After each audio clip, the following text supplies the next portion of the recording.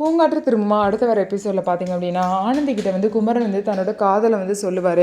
ஆனால் ஆனந்தி பார்த்திங்க அப்படின்னா அவர் சொன்ன மாதிரி நினைக்காம அவங்க அண்ணனுக்காக தான் அவர் பேச வராரு அப்படின்னு நினச்சிக்கிட்டு பார்த்தீங்கன்னா எனக்கு கல்யாணத்தில் இஷ்டம் இல்லை, தயவுசெய்து ஒருத்தராக வந்து பேசாதீங்கன்னு சொல்லி குமரன் கிட்ட சொல்லிடுறாங்க. இதனால குமரன் வந்து நம்ம லவ் அவங்க ஏற்றுக்கலன்னு சொல்லிட்டு நினச்சிட்ருக்காரு.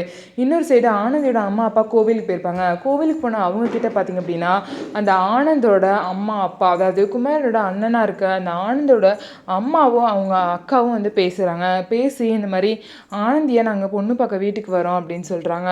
அவங்க ஆனந்தியோட பழைய வாழ்க்கையெல்லாம் பற்றி பேச வராங்க. பழசெல்லாம் எதுவும் பேசாதீங்க, இப்போதைக்கு நடக்கிறத பார்ப்போம்னு சொல்லிட்டு அவங்களும் சொல்லிடுறாங்க. வீட்டில் சந்தோஷமாக இந்த விஷயத்தை பற்றி சொல்கிறாங்க.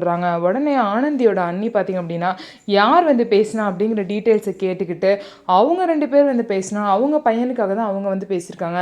அவங்க பையன் ஆனந்தை நம்ம ஆனந்திக்கு கேட்குறதுக்காக பேசியிருக்காங்க, மற்றபடி அவங்க ஒன்றும் குமரனுக்காக பேசலை அப்படிங்கிற விஷயத்த சொல்கிறாங்க. ஸோ இதுக்கப்புறம் பார்த்திங்க அப்படின்னா சரி அப்போனா நம்ம வர வேணாம்னு சொல்லிடுவோமா அப்படின்னு சொல்லிட்டு யோசிக்கிறாங்க.